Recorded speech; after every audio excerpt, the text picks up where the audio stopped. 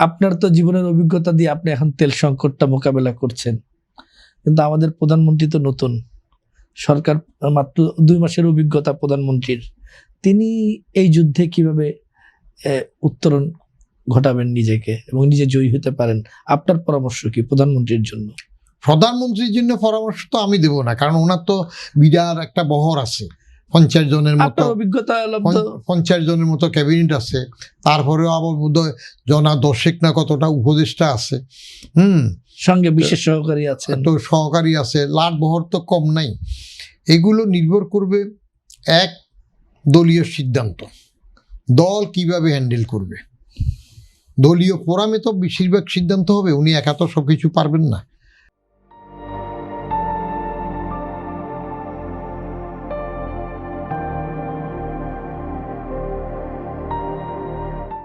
এবং ওনার যে দেশে ফেরা নিয়ে বলছে না যে সব তো আমার একার উপর নির্ভর করে না, বলছিলেন না যে দেশে ফেরত আসবে, যে সেটাও তো আমার তো প্রথম দিকে ওনার যে কিছু অ্যাক্টিভিটিজ আমার ভালো লেগেছে, সেটা হইল, এখন ভালো লাগে না, প্রথম দিকের কিছু অ্যাক্টিভিটিজ আমার ভালো লেগেছে। এখনো আমি খারাপ লাগে বলি না, কারণ আমি বলে দিয়েছি একটা নতুন সরকার 4 থেকে 6 মাসের আগে হুট করে কমেন্ট করা ঠিক না, একটু দেখতে হয়। কিন্তু মানুষের মুখ তো বন্ধ করা যায় না, কথা উঠে যায়। যেমন তেল নিয়ে তার প্রতিমন্ত্রী বলবে যে মজুত এভাবে আসে, তিনি 12-14টা না 10টা কোথায় পেট্রোল পাম্প টান কোথায় যাবেন দেখবেন যে গাড়ির কোনো লাইন নাই, এটা বলছে না খবর টবরে কি বলে মানুষ, নিন্দুকেরা সবসময় শোনা যায়। তো উনি লাইন নাই কোনটাতে গেছে, যেটাতে হয়তো তেলই নাই, মানুষ এখানে তেল নাই দেখে লাইনে নাই, এরকমটাতে গিয়ে ঘুরে আসছেন কিনা সেটাও একটা প্রশ্ন।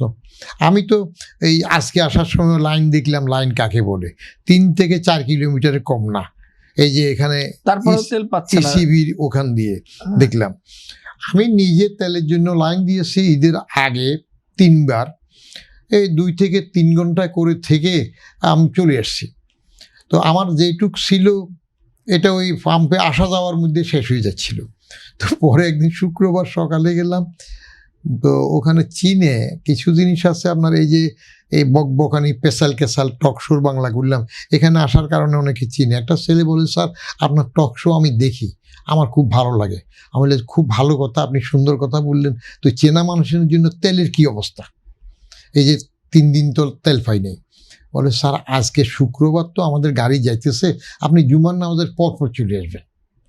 তা আমি ঠিক জুমার নামাজের পরে না খেয়ে চলে গেছি, গিয়ে লাইনে ছিলাম, বেশি লাইন লাগে নাই, ঘন্টা 2-এর মতো লাইনে থেকে পেয়েছি, কিন্তু দিচ্ছে 500 টাকার। তো এখন 500 টাকা যখন দিল ঈদের কাছাকাছি সময়, আমি ভাবলাম বকশিস, আমি হ্যাঁ দেবো, টাঙ্কি ভর্তি করেন 500 টাকা ঈদের। বলে না, গোটা তেলে দিচ্ছি 500 টাকার।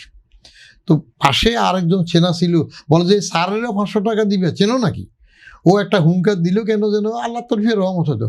তখন মুরব্বী একজন বলছে, ঠিক আছে, ওনারে 1000 টাকা দিয়ে দাও।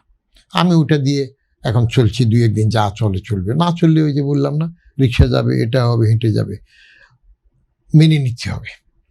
আমরা নেতা মানি না, এটা সবসময় বলি, আমাদের কালচার।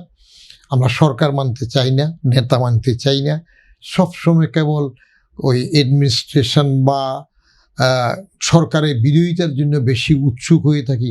কিছু সময় ধৈর্য ধরতে হয়, একটু সময় দিতে হয়। তো এখন মাত্র 2 মাস হইল, এখনই এত হই আল্লাহ করলে তো চলবে না। হ্যাঁ, সরকারের ভিতরে ত্রুটি থাকলে, কিছু লিকেজ থাকলে সেগুলা সমালোচনা করেন, কিন্তু দেখছেন সরকারের ভিতরে আপনি কোনো ত্রুটি দেখছেন এখন পর্যন্ত? সরকারের মধ্যে হইলো কিছু কথাবার্তার মধ্যে ত্রুটি তো আছে,